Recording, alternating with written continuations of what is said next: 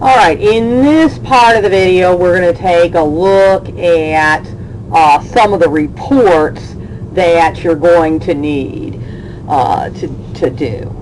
We already discussed how you need a payroll report, which is a combination of an employee's earnings record and a payroll register. It combines those two records into one thing that it calls a payroll report. And many softwares do that. They combine those two reports that you would otherwise manually, you'd have those two things would be two separate things. So you're going to do that payroll report every single time you have even one paycheck. You're going to do that. Now, what about some of the other things? Well, I want a journal, a general journal, showing your journal entries for each month. So you would click on reports, you click on journals, and the general journal's the only thing in there, and you click OK. And it wants to know, do you want to include all journal entries, or you want to customize the journal report? Well, you're going to want to customize, because I only want one journal, one general journal for each month. So for the month of October, I want a journal that goes from October 1st to October 31st. So you would click on Customize, and then you would tell it that you want it to start on October 1st and go to October 31st. Now I'm just going to leave this on October 9th for right now, but you would put it in as October 31st. And then in November, you want November 1st to November 30th. Okay? And here it gives us the general journal, and it shows us all of our journal entries that we did. And you would print this out and go ahead, and that would be part of what you're going to hand to me. Now, you also need to give me a general ledger. I only want one general ledger, and it's to be dated on December 31st. So you're going to go to Ledger Reports, General Ledger, and it wants to know which accounts do you want to go from. So this is going from the very first account, cash, to the very last account, payroll tax expense. And so you would say OK. Now, this general ledger is going to show me beginning balances for each account, and then it's going to show me everything that was done debit or credit wise in each account through October 9th, which is the date up on the general ledger. Okay, and so I can see each and every account and what was debited, what was credited, and what each ending balance is as of October 9th. You're going to want one that goes from October 1st to December 31st. And so, and you'll need to do that before you close out the year on the software. You'll need to print out that general ledger. You want to make sure you do close out, because then otherwise January and February stuff's going to show up in your general ledger as well. Alright. You also need here is account lists. Step 7 on appendix page 2, and for the other payrolls it asks you for an employee list. Now this is a chart of accounts. You do not need that. Here's a trial balance. I don't need that. I don't need the financial statements, and I don't need financial analysis. When we get to the payroll reports, the first thing is the employee list, and I need only one of those. Each payroll, it tells you to print one out. You can disregard that. I do want one of them, and it also I want dated December 31st. So the end of December. What are your employees? And this just shows the employees and their information. Okay, so we only need one of those employee lists. You're, of course, going to have a payroll report for every time you do a paycheck. And then the quarterly reports and the W-2 statement reports we will discuss at a later time. We haven't talked in class yet about quarterly forms that we have to fill out or the W-2s, and so we'll talk about these things on the software when after we've talked about them as far as the class is concerned. Now, one thing I want to show you is under ledger reports and the general ledger, and we say, okay, now let's say you get done with the October 9th payroll, and if you take a look, once you get done with that payroll, you have to switch back to Chapter 7, and you find the end of the October 9th payroll in Chapter 7, and then you look on, and here it says October 15th. Now, they are a monthly depositor for their 941 deposit, which includes the FICA, both the employee and the employer FICA, and the FIT. All makes up the 941 deposit. And they're monthly depositors, so on October 15th, they have to deposit all that stuff from September wages. Now remember that all your September stuff in your software was all bundled up from January 1st through September 30th, all added into one number. And so rather than getting confusing or whatever, they're telling you in this paragraph that they're taking care of the October 15th 941 deposit, and you don't have to do anything, that you can assume that it was already done.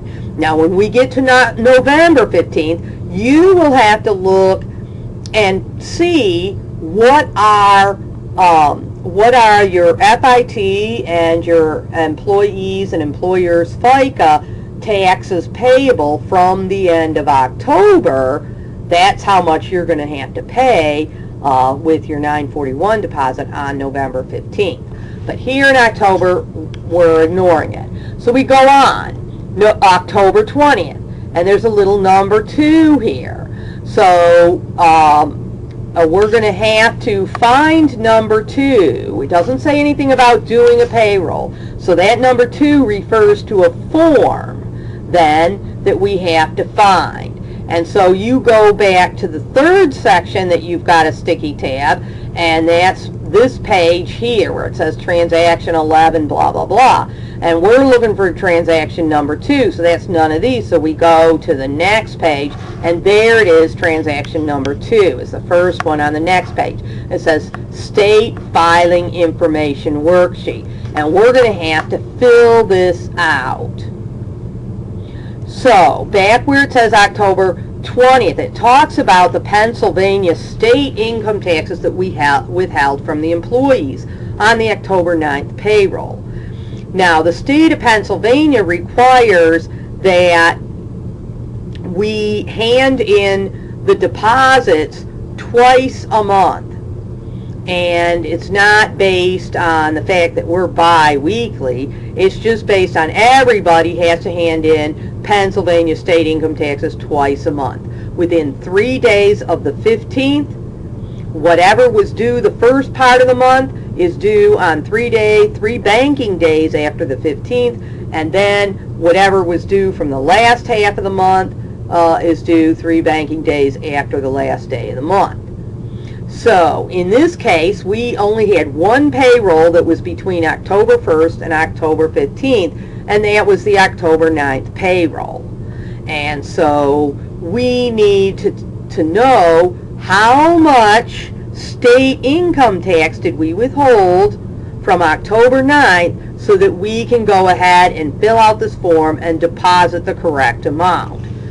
And so here is where we can take a look in this general ledger section, and we are only interested in the employee SIT payable.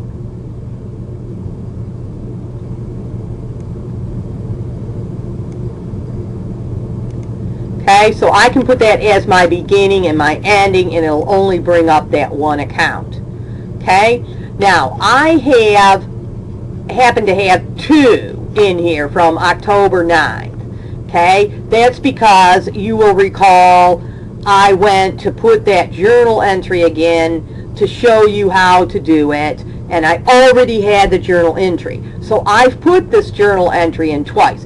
Yours should only show one line here for October 9th, $434.82, and that should be your final balance as well.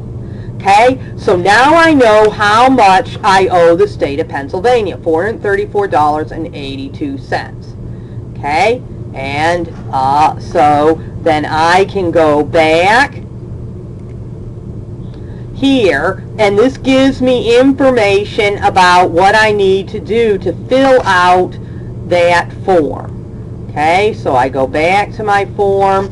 Here it is. I fill in the information, company name, the company ID numbers, and I get down to this one that says quarter ending date. Well, the quarter that we're in right now is October through December. That's the 4th quarter. And it wants to know the ending date of the quarter that we're in. Well, the end of the 4th quarter is December 31st. So that's what they're asking for. Then up here it says payment frequency. They want to know how often do we do paychecks. Well, we're bi-weekly, so you would put that there. Gross compensation. They want to know how much was the gross wages for the beginning of October. Now, we only had the one payroll the beginning of October. That was October 9th payroll. So you would look on your payroll report that you already printed out, and it would show your gross earnings, gross wages, gross compensation, all means the same thing. And you would look on that payroll report, and the gross wages from October 9th payroll goes there. Then it says PA, which is Pennsylvania withholding tax. That's how much did we withhold on that October 9th, which we just looked up was $434.82. Credits is if you overpaid last time and now you have that to work as a credit against what you owe for this time. And interest is if you pay late, you're going to have to pay some interest. These are, for us, always going to be 0, so you can just put in zeros. And then finally it says payment. This is what we're paying and includes the credits and the interest. And so, of course, our credits and interest are 0, so what we're paying is exactly what we withheld, the $434.82. Okay? So once we're finished with that, we go back. So now we're done with October 20th. We go down to the next one. It says number 3, but it says prepare the payroll immediately. You're going to go back to your appendix. You're going to find the October 23rd payroll in the appendix, and you're going to put that in just like you did for October 9th. And then as soon as you're done putting that October 23rd payroll in, you're going to come back to Chapter 7 and find the end of this October 23rd payroll, and then you'll have some further dates and instructions of what you need to do. Now, there's one last thing we need to do on October 20th. We filled out that information sheet, but I also need to make a journal entry. So I'm going to close this. I'm going to go into journal, okay, and here is the date is still on October 9th. Well, we're talking about October 20th, so I got to change that date. So I put in 1020, and I can leave the year, and I go over to the account. Now, I want to debit the SIT payable account because I am now paying that. So I can look that up. Here's employees SIT payable, and double click on it, and that'll bring it up, and we were going to put that in for $434.82. Then I have to press tab and tab, and I'm writing a check, and anything for this kind of stuff is coming out of the regular checking account, so not the payroll checking account. So that was cash, and I can tab over to the credit column and put in the $434.82. Okay, and now I can post. Okay, so every time you have one of those dates, that's not a payroll, you're usually going to have to fill out some kind of form that's in Chapter 7, and then you're also going to have to come on here and go ahead and put a journal entry in. You're also usually going to have to go into the general ledger and see how much is it that you owe for whatever that thing is, whether it's union dues or health insurance or whatever it is, or the 941 deposit, whatever.